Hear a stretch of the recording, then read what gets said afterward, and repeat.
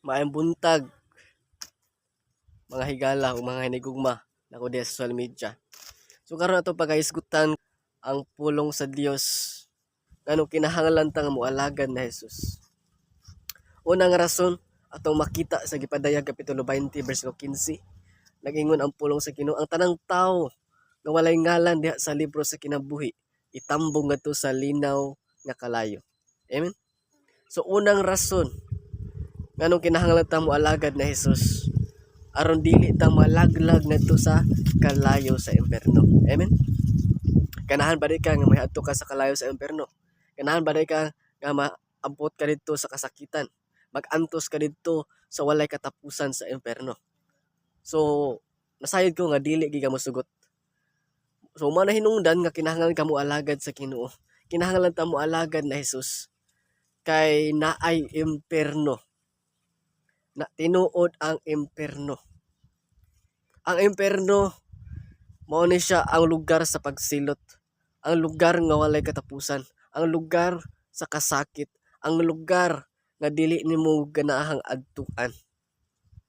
Ang lugar nga puno sa kangil-ad ug puno sa kadautan.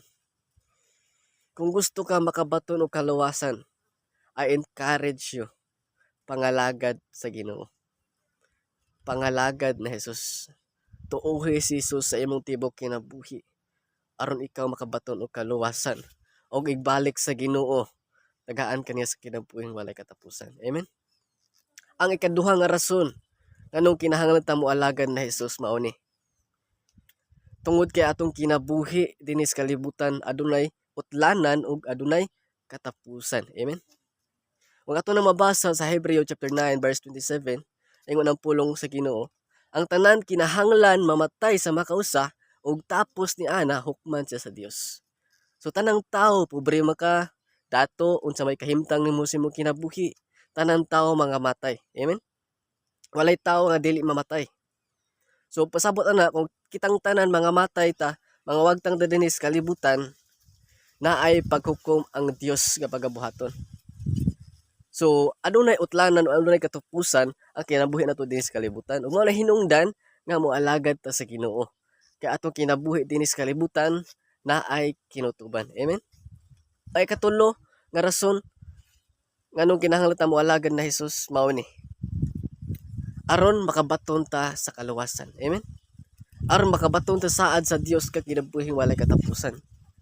In John chapter 3 verse 16 ingon ang pulong sa Dios, kay gihigugma pag-ayo sa Dios ang kalibutan ug tungod ni ini gihatag na iyang bugtong na anak aron ang tanan nga motuo kaniya dili malaglag kun dili makabaton sa kinabuhing walay katapusan. Amen.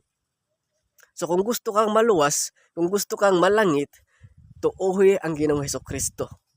Pangalagad sa iya. Simba siya sa espiritu ug kamatuoran. O pinaagi sa imong pagsimba ug pagtuo sa Ginoong Hesukristo.